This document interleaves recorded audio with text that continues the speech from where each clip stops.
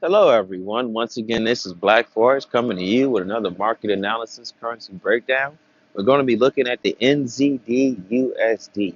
But before we get started to break down this chart, this currency pair, we have to say that this video is for education purposes only. This is not financial advice.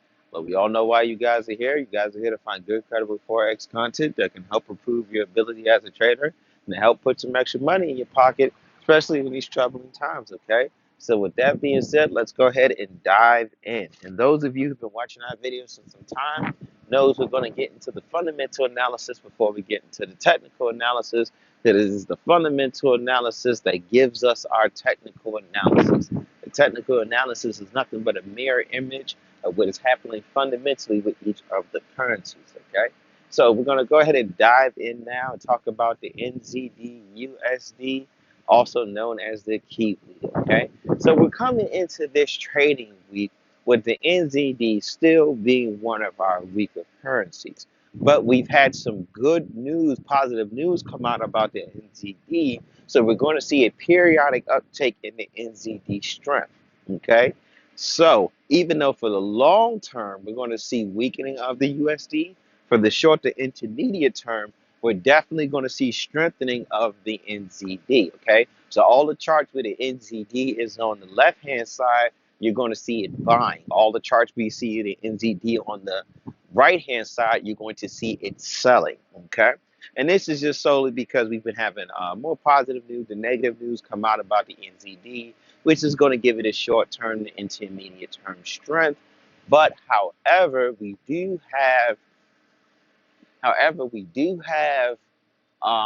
the overall inflation that's crushing the NZD economy. That is going to give it more of a long-term trajectory weakness if the New Zealand government can't do nothing economically because they did all at the beginning of the year. So once it runs its course, then we'll be able to better stand to see when we will start to see long-term pickup in strength with the NZD.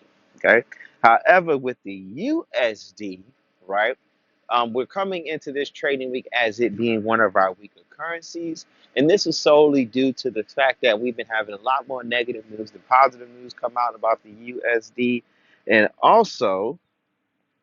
we've been having, also, we've had a lot of,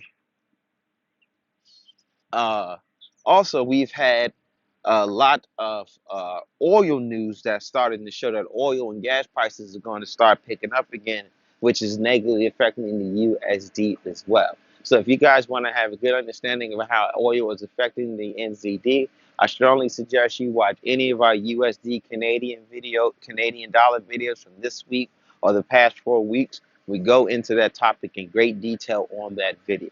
Okay, so with that being said, we're in a situation of we're dealing with two currencies of which one is weak. So in that situation, you have to find which one is the weaker one because that's going to act as the weak one, and the one that is not as weak is going to act as the strong one. Okay. So being that we're dealing with long-term trajectory strength with the NZD, it's going to be our stronger currency for the purposes of this analysis because we did have some positive news come out about the NZD. We did have some positive news come out about the NZD, so it's technically for the short to intermediate term a strong currency.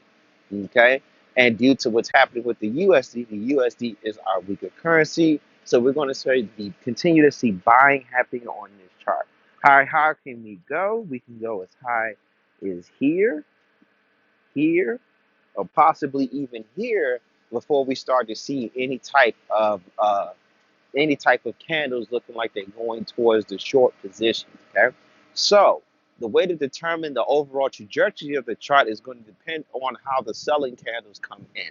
If the selling candles come in very strong, very big, very hard, large, and high volume, then we can safely say that the sales is not over and the sellers are still in the building.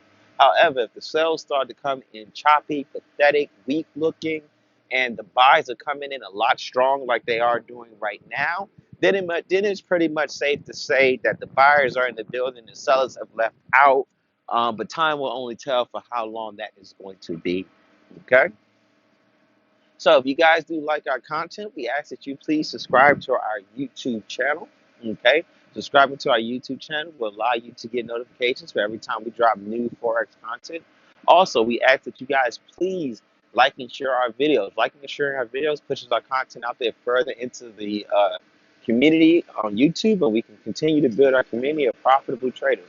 Also, last but not least, please let us know what chart you guys want broken down so we can know what market analysis videos to make so we can best know how to accommodate into appease you.